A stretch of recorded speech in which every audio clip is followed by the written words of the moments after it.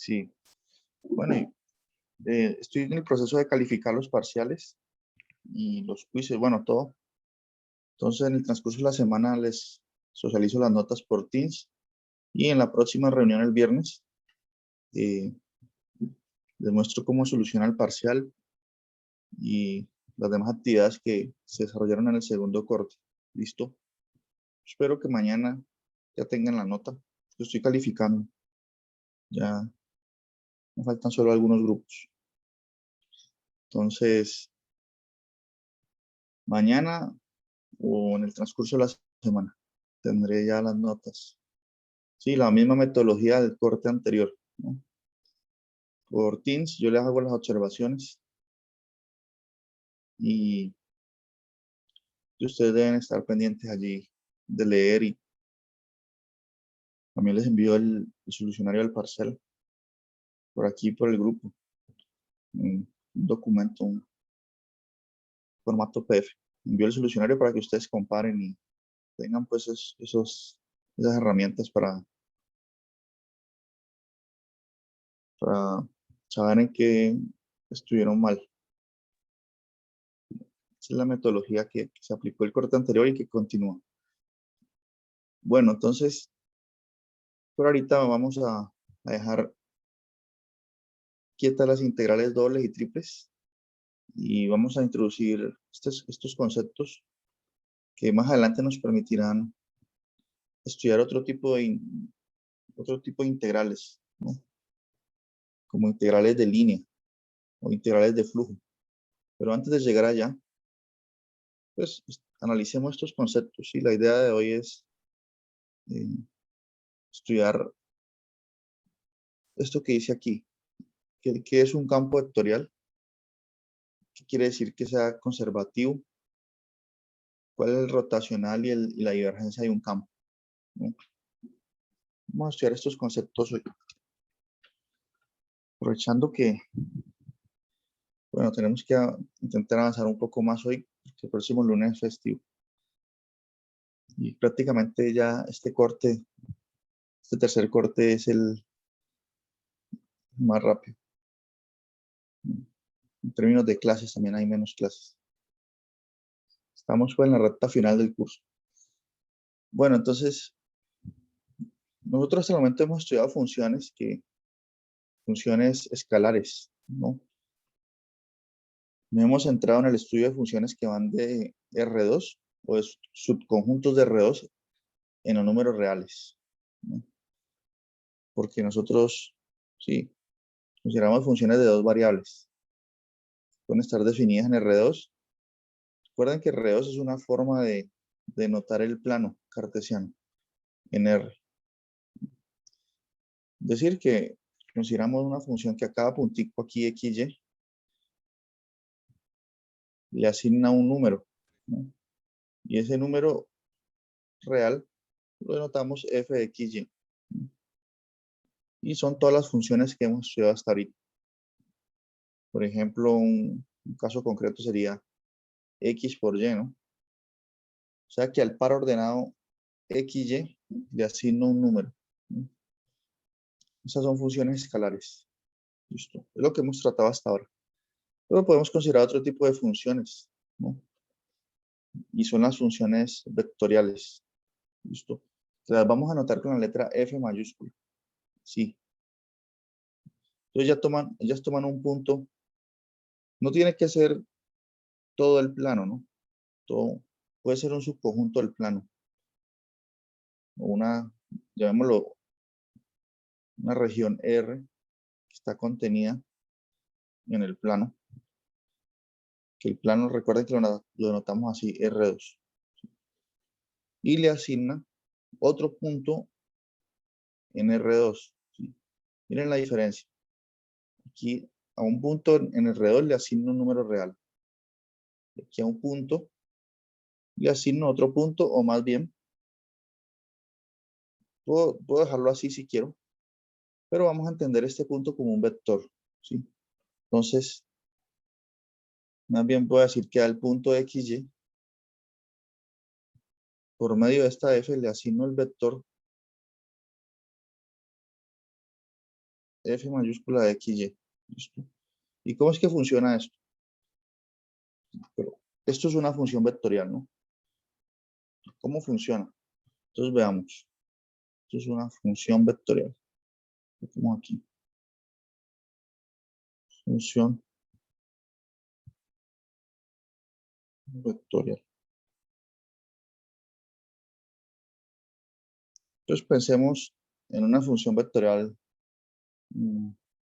Enseguida vemos las aplicaciones de por qué estudiamos funciones vectoriales, pero un ejemplo concreto por ahora. Entonces, pensemos en la función f xy igual a menos y menos x. Este es un ejemplo de un campo, que también lo puedo escribir así, notación. Lo puedo escribir como menos y este y que escribí aquí es un vector, menos x j.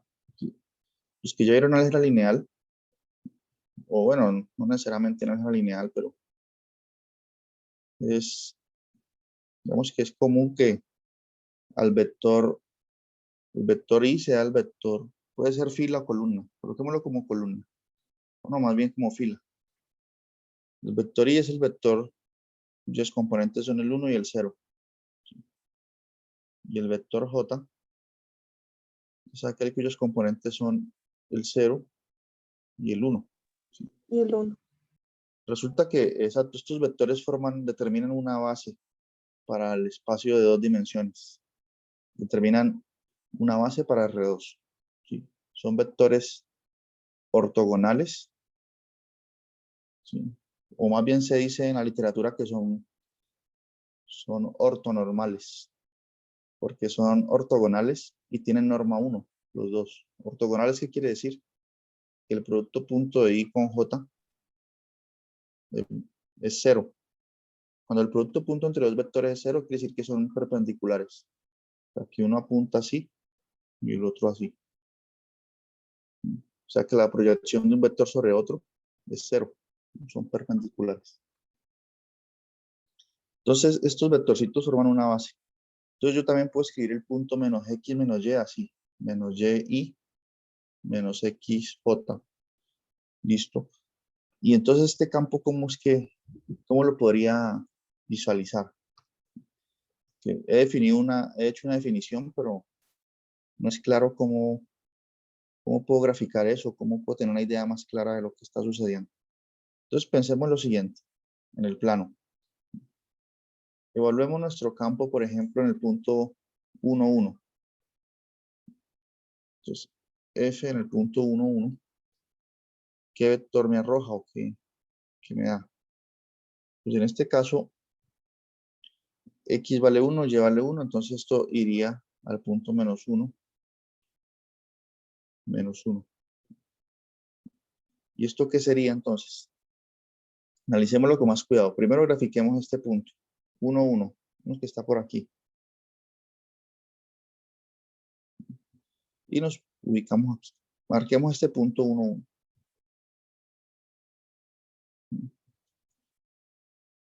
¿Cierto? Ahorita, cuando lo evalué mi campo, el 1, 1, me dio el vector o el otro punto menos 1, menos 1. Entonces ubiquemos el menos 1 también.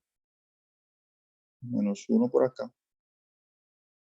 Menos 1 acá. Entonces el menos 1 es este punto. Entonces, fíjense en lo siguiente. Yo puedo graficar el vector que sale del origen y llega al punto menos 1, que fue la respuesta que obtuve aquí, ¿no? Ahora, este vectorcito que grafiqué aquí, yo lo puedo mover, ¿sí? Y hacer que surja de aquí, que nazca desde el punto 1, 1. Entonces, ¿qué es lo que estoy haciendo? Estoy haciendo una asignación. A este punto 1, 1, le asigné este vector, pero de la forma que yo hice aquí. Estoy asignando este vector. O sea, a cada punto del plano le asigno un vector. ¿no? Y yo puedo hacer eso y continuar graficando muchos puntos. ¿Listo? Ya veremos para qué eso sirve, pero permítanme, les voy a mostrar cómo ustedes pueden hacer eso, una gráfica de un campo usando GeoGebra. ¿Sí? Permítanme aquí. Entonces usted puede a cada punto del plano asignarle un vector. Esto tiene importancia porque usted puede, por ejemplo, matematizar, por ejemplo, la corriente de un río. ¿Cómo puedo calcular el flujo del río a través de una superficie? Entonces tengo que asignarle un campo a ese río. Enseguida veremos. Entonces miren esto que está aquí. Ustedes colocan GeoGebra, campos vectoriales, y aparece esto. Lo coloqué aquí. Aquí, por ejemplo, vemos la gráfica de un campo. Aquí está su primer componente, que es menos y sobre x cuadrado más y cuadrado a la 1 medio, ¿no? Pero ese no es el campo que yo estaba graficando en la pizarra. Entonces borremos esto. Y coloquemos aquí solamente coloquemos menos y, que esa es la primer componente de mi campo. Menos y aquí coloquemos la segunda componente era x o menos x, creo que puse.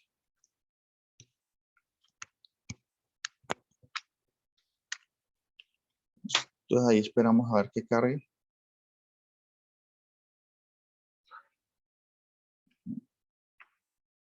Este es el campo que esperemos que esto campo medio muy extraño. O entonces coloquemos aquí x nada más.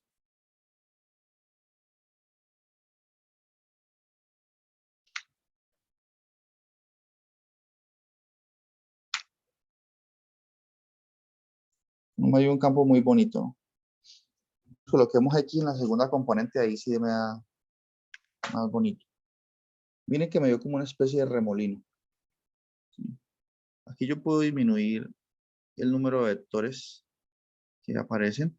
Si yo quiero mayor densidad de vectores, pues aumento este valor. Miren así. Es como una especie de remolino. ¿Sí ven ustedes? Entonces, más bien me conviene, para que sea un campo bonito, quitar este menos de aquí. Entonces, cuando lo evalúe en el punto 1, 1, me dio menos 1, 1. Entonces, grafiquemos el vector menos 1, 1. Entonces, ya no es este fucsia, sino menos 1 en X, 1 en Y. Entonces, sería este punto. Ese es el punto menos 1, 1. Aquí trazo este vector, pero lo hago que surja de acá. Entonces, ahí es donde me va formando como el remolino. Este que acaba de graficar aquí, veámoslo exactamente en la pizarra. Digo, en GeoGebra. Quitémosle aquí la densidad. Es este que está aquí, miren. Que si este es el 2, yo creo, o por aquí vale 1, puede ser este. Entonces ahí tenemos cómo graficar campos. Bien. Y ustedes pueden hacer el ejercicio de graficar algunos puntos de un campo. Grafiquemos otro punto del campo. A ver. De hecho, uno puede armar como una especie de tabla para graficar algunos puntos del campo. Por ejemplo, uno podría hacer lo siguiente, como hacíamos tal vez en otros cursos con funciones, ¿no? Uno hace una tablita, por aquí coloca una división, y aquí usted coloca el XY, y aquí coloca el campo de al lado en XY. Sí, mire. Ya sabemos que nuestra función campo es menos y menos x. Entonces aquí puedo empezar a colocar algunos punticos. Ya hemos hecho uno ya. El 1, 1. Profe, Cuando lo evalúo en el campo me da menos 1, 1. ¿Sí? aquí dice menos y y menos xj. Entonces sería más x, porque lo cambiamos de signo, ¿no? Sí, Sí, la pregunta mía, esos y j en este caso cambian porque tenía entendido que x va con la componente y la j con la componente y. sí. Solo que aquí yo invertí el orden. Entonces, en la posición X va menos Y. Por eso aquí va menos Y, Ah, porque está en la ya. posición X. Ah, ya entendí, Y ya. aquí está en la posición Y, entonces va XJ. Pero lo que usted dice es verdad, pero aquí invertí. Mm, Sí, ya, es como si tomara los valores de y en x y x en y. exacto, correcto. Ah, listo, profe. Entonces, miren, cuando evalúo en este punto me arroja este vector. Yo puedo escoger otros valores, por ejemplo, menos 1, 1. ¿Dónde se iría este valor? Primero se invierten. Entonces, Y vale 1, entonces aquí iría menos Y. Aquí se invierte. Y X seguiría siendo menos 1. Y lo puedo evaluar en varios puntos. Por ejemplo, en el punto menos 1. Menos 1. ¿Quién me puede decir cuál iría acá? Cuando evalúo la función en menos 1. Cuando X vale menos 1 y Y menos 1. Ahí sería 1, 1 y 1. No, 1 menos y 1 menos. y 1. Porque el primero es en X. Sí, en este caso, Y vale menos 1. Como aquí va menos Y, entonces si Y es menos 1, menos Y es 1. Por eso aquí va un 1. Ah, listo. Y aquí va X. X vale menos 1. Entonces aquí va menos 1. Entonces uno puede construir esta tabla, ¿sí? Y graficar muchos más puntos del campo. Por ejemplo, puedo escoger otro. Aunque generalmente uno no hace esto porque, a menos de que le diga grafique exactamente esos puntos del campo. Pero uno usa más bien GeoGebra para mirar el campo completo, tener una perspectiva mayor. Pero aquí, por ejemplo, ¿qué otro punto puede ir? 1. Ahí escogí esos puntos de forma arbitraria. Puedo escoger otros. Entonces, en este caso, Y vale menos 1, entonces diría menos Y va a ser 1 y X igual 1. Entonces ahí evalué mi campo en 4 puntos. ¿Cómo grafico? Miren que esté el punto, vemos que esté el punto 1, numerémoslo. Numeremos los puntos. 1, 2, 3 y 4. Entonces el punto 2 menos 1, 1 es este de aquí.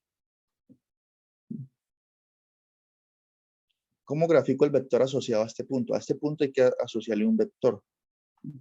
A ese punto. Entonces miremos qué dio el campo evaluado en ese punto. Menos 1, menos 1. ¿Qué vector es ese? Menos 1 está acá, ¿cierto?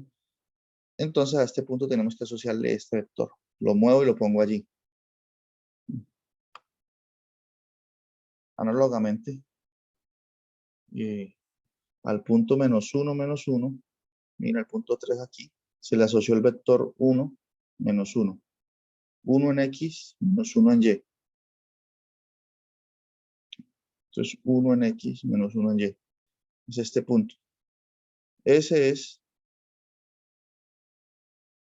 el vector asociado al punto 1, menos 1. Pero tiene que surgir de aquí. Porque cuando evalué el campo de menos 1, fue que me dio ese punto. Este es el punto 3. Punto 4, ¿cuál es? 1 menos 1. 1 en X, menos 1 en Y es este. A ese le tengo que asociar un vector. ¿Qué vector? Pues cuando evalué el campo, en ese punto me dio el vector o el punto me dio 1, 1. ¿Sí? Que es este aquí. Entonces, ese vector lo traslado y lo pongo ahí. Entonces ahí se me ve la forma de remolino, ¿no? Y yo puedo continuar tabulando esto. ¿Sí? Pero como les digo, es mejor usar GeoGebra para visualizar el campo. ¿Sí? Miren, por ejemplo, que uno puede pensar que este remolino surge de, yo tengo un tanque lleno de agua y aquí está el desagüe. ¿Sí? Cuando yo abro este desagüe, ¿sí? Si el agua empieza a escaparse, se forma un remolino de este estilo, ¿no? Entonces yo puedo hacer un estudio físico allí, teniendo en cuenta el campo que modela ese fenómeno. Quiero matematizar ciertos fenómenos físicos. ¿Listo? Por eso estudiamos el concepto de campo. Entonces, ¿qué modelos físicos son los más interesantes? Pues está, por ejemplo, el campo de velocidades. Cuando ustedes, por ejemplo, tienen un disco, ¿sí?, que rota alrededor de un eje, ¿sí? Eso me define un campo de velocidades, ¿sí? Entonces, analicemos en qué contexto surgen esos campos. Entonces, un primer contexto que nos muestra el libro. Piensen en un disco que rota sobre un cierto eje allí. Este es el eje de rotación. Aquí. Una rueda puede ser. Entonces, ustedes pueden concordar que las partículas que están más lejanas del eje de rotación tienen una velocidad mayor, ¿no? Entonces, eso lo denoto así, por un vector más largo, de mayor magnitud, ¿sí? Por ejemplo, una partícula que esté en la misma línea que la anterior, vemos que esta es la línea que une el eje con este vector. Y a medida que me acerco más al eje de giro, las partículas describen una velocidad más pequeña, ¿no? El disco puede estar girando a una cierta velocidad, ¿sí?, una velocidad constante. Entonces pueden imaginar que el disco está girando a 10 kilómetros por hora. Vemos que es la rueda de una moto, ¿no? Kilómetros hora. O un carro. Entonces las partículas que están más lejos del eje de giro van a mayor velocidad. Y eso es cierto. Por ejemplo, si ustedes ven una pista de atletismo, si usted tiene que hacer una carrera, el que va corriendo en este borde, tiene que correr mucho más rápido para que vaya a la misma velocidad que el que está aquí cerquita al centro de la pista, ¿no? Las pistas son así. Entonces el que va por acá, pues claramente tiene que recorrer distancias más grandes, ¿no?, radios más grandes. Entonces si quiere ir a la par con el primero de aquí, tiene que ir más rápido. Entonces, esa mayor velocidad la captura este vector, ¿sí? Tiene mayor longitud y en qué dirección va la velocidad. Entonces aquí tenemos un campo de velocidades, ¿sí? ¿En qué otros contextos puede aparecer un campo? Por ejemplo, el flujo del aire, ¿sí?, que pega sobre un carro aquí. Y todos sabemos que nos desplazamos a una cierta velocidad, mayor velocidad, mayor es la fuerza de resistencia del ambiente donde uno va avanzando, ¿no? Del medio. El medio pone resistencia. Entonces, miren este campo, cómo el aire pega en el carro y se adapta a la forma que tiene el carro. Otros campos interesantes, ya más conocidos, son el campo, por ejemplo, gravitacional, ¿sí? Campos gravitatorios. Sí, está la ley de gravitación de Newton, que en un contexto ya más general, ya que estamos desarrollando esas herramientas, establece que si yo tengo dos masas, ¿sí?, entre ellas existe una atracción, ¿sí? Y esa atracción está definida por este campo. Entonces analicemos bien qué consiste. Entonces, pensemos en dos partículas que están en el espacio de 3 dimensiones para ser más generales. Por aquí está el eje Z, eje Y y eje X. Entonces vamos a hacer una suposición, que la partícula de masa, llamamos masa 2, está aquí en el origen. Escribamos eso así. Aquí una partícula de masa 2. Masa 2. Y por acá, en otro lugar del espacio, tenemos otra partícula de masa 1. Entonces, entre esta partícula ejerce una atracción sobre la masa 1. ¿Sí? O sea que hay un vector que es el que captura esa idea de atracción. Bueno, vector así. ¿Qué tan largo el vector? Pues depende de qué tan grande sea la atracción entre las dos partículas. ¿Sí? Entonces, pensemos que este punto, esta masa M1 está ubicada en el espacio en coordenadas cartesianas en el punto X, Y, Z. ¿Sí? Entonces, este vector que viene siendo la atracción gravitacional que ejerce la masa 2, se define así, o es dado por una ley. Entonces, este sería un campo ya en 3 dimensiones. O sea, que a cada punto en el espacio le asigna un vector. Entonces, eso es menos G, que es la constante de gravitación universal, por el producto de las masas. O sea, que entre más grande sea la masa entre estas dos, entre más grande sea la masa 1 y la masa 2, más grande es esta atracción aquí. ¿Sí?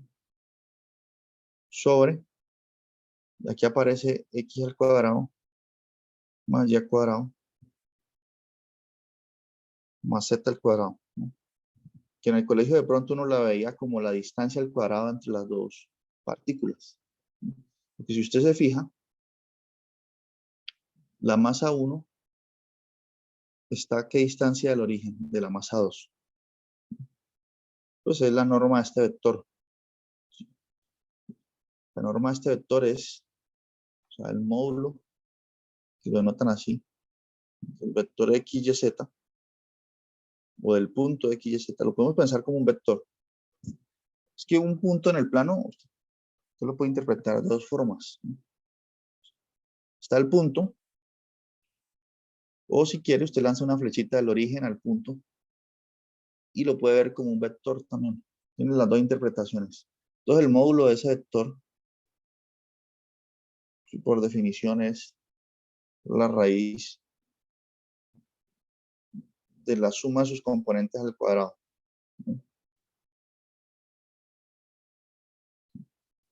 Y si ustedes interpretan eso, eso es la distancia que hay de este punto, de esta masa 1 a la masa 2. Es esta raíz. Entonces, esto que está aquí es esa distancia al cuadrado porque no tiene la raíz. ¿Listo? Y aquí va un vector unitario. ¿Sí? Eso es lo que dice allí. Un vector unitario es aquel que tiene norma o longitud o módulo 1. ¿No? Tiene un módulo 1. Ese vector, ¿cuál sería ese vector? Todavía no lo dicen, pero es el que yo dibujé. ¿Listo? Entonces, este es un ejemplo de un campo, ¿sí? En 3 dimensiones. ¿Listo? Y se puede escribir así también. Si usted define este vector X, Y, J, Z, K, y ya estamos en 3 dimensiones, entonces Y es el vector de coordenadas 1, 0, 0, J es el vector de coordenadas 0, 1, 0, y K es el vector de coordenadas 0, 0, 1. ¿No? Estos vectores definen una base para el espacio de 3 dimensiones. Entonces usted puede reescribir la fórmula anterior como norma de R al cuadrado. Y el vector U es el módulo, o mejor dicho, la normalización de R. Ustedes saben que si uno tiene un vector, lo puede normalizar. Es decir, encontrar otro vector que vaya en la misma dirección, pero de longitud 1, ¿no? Entonces ahí tenemos ese campo gravitacional. Entonces, para cualquier punto que usted escoja aquí, mire que entre más lejos esté, mire que la distancia hace que la atracción disminuya, ¿no? Porque mire que aquí está la distancia al cuadrado en el denominador. Si esto crece, esto es un número real. Es un número multiplicado por un vector. Si la distancia se hace muy grande, este número se hace pequeño, ¿no? Entonces, si usted multiplica un vector por un número pequeño, le reduce la longitud. Entonces, entre más lejos esté un punto, entre más lejos esté la masa 1 de la masa 2, menor es la atracción gravitacional, ¿no? Entonces, si usted coloca una masa por acá, bien lejos, entonces ya la flechita sigue apuntando acá a la masa 2, pero con una longitud más pequeña, ¿no?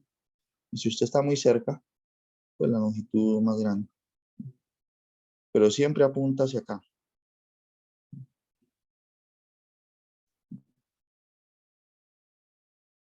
Entonces usted puede, para cada punto viene un vector. Entre más lejos esté, más pequeña la atracción. Entre más cerca, más grande.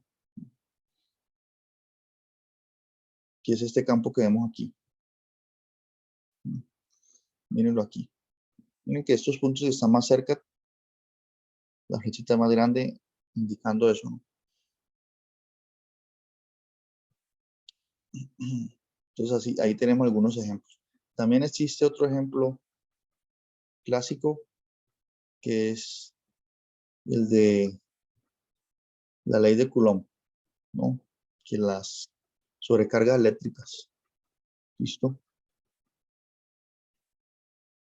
Entonces, si yo tengo dos partículas con una cierta carga, Q sub 1 y Q sub 2, entonces entre ellas puede existir una atracción o una repulsión, ¿no?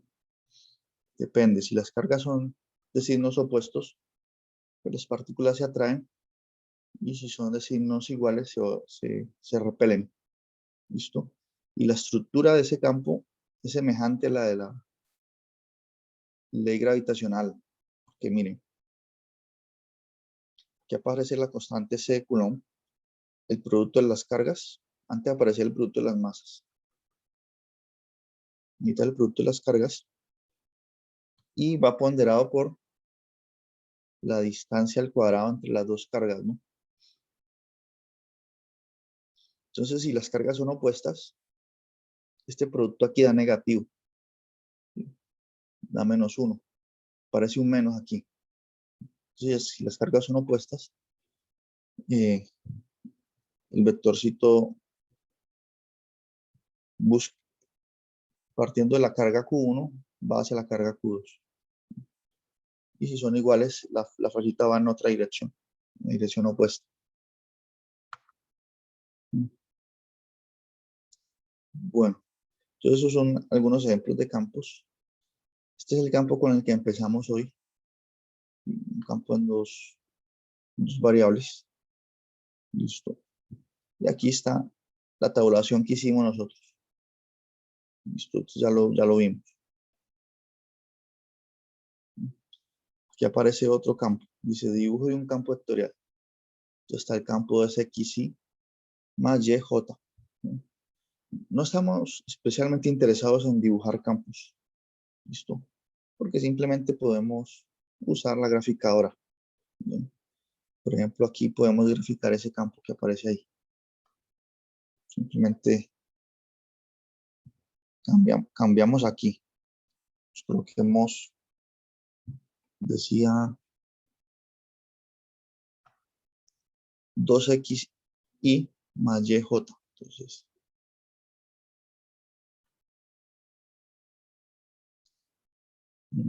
permítanme aquí. Entonces, 2x en la primer componente del campo.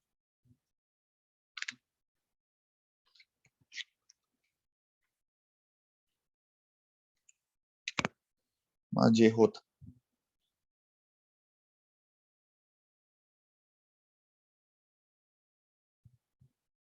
En un segundo aquí, que eso no quiere.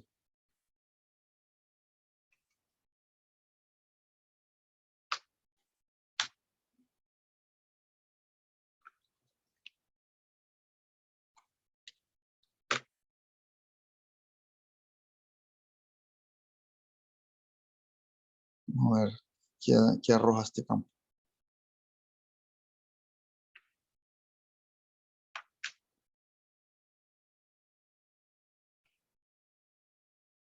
Entonces miren que todas las flechas van como saliendo.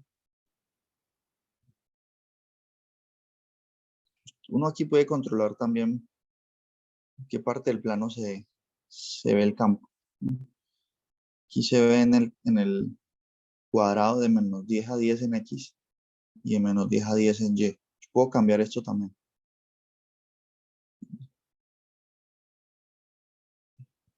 Bueno, aquí se ve un poco mejor.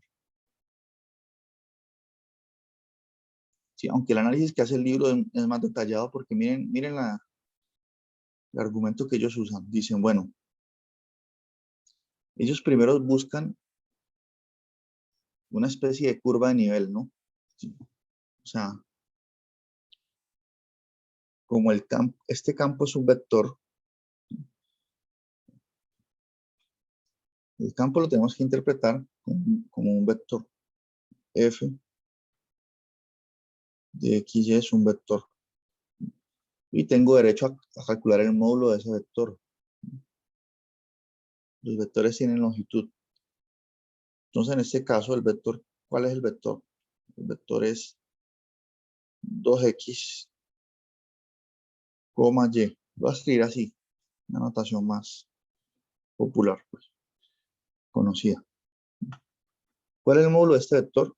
Pues la raíz cuadrada de sus componentes al cuadrado. 2x al cuadrado me da 4x a la 2 más y al cuadrado.